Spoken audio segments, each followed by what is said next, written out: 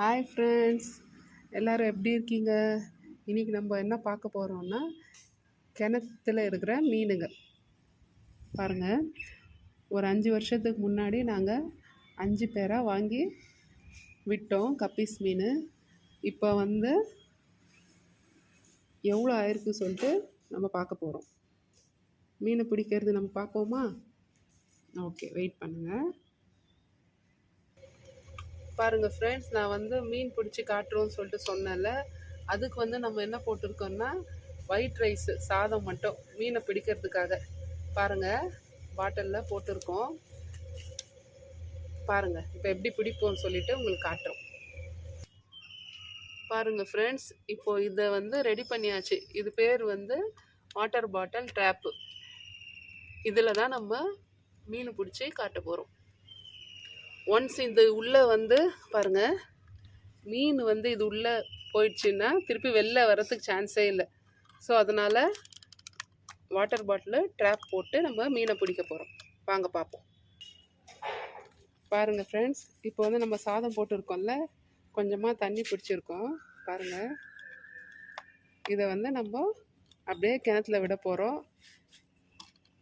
விட்டுட்ட பிறகு ஒரு 10 மினிட்ஸ் கழித்து எவ்வளோ ஃபிஷ் இருக்கோ சொல்லிட்டு நாங்கள் காட்டுறோம்.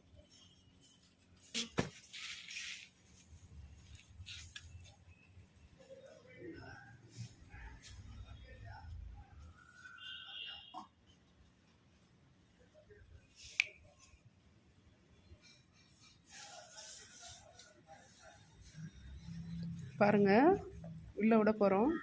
போயிட்டு இருக்கு. உள்ளே போயாச்சு. இதுக்கப்புறம் நம்ம ஃபிஷ் எவ்வளோ மாட்டுதோ நான் உங்களுக்கு காட்ட போகிறேன். பாருங்கள் ஃப்ரெண்ட்ஸ், 10 நிமிஷம் ஆகிட்ட பிறகு நம்ம மீனை காட்ட போகிறோம். பாருங்கள், எடுத்துகிட்டு இருக்காங்க.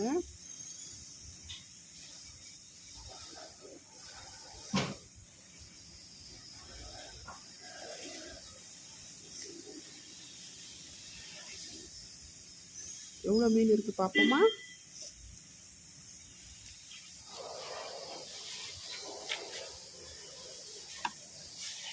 பாருங்கள் எவ்வளோ மீன் இருக்குதுன்னு.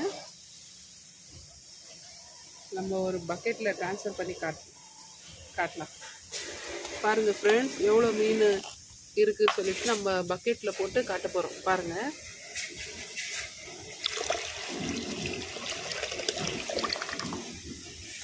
பாருங்கள் எவ்வளோ மீன் இருக்குது.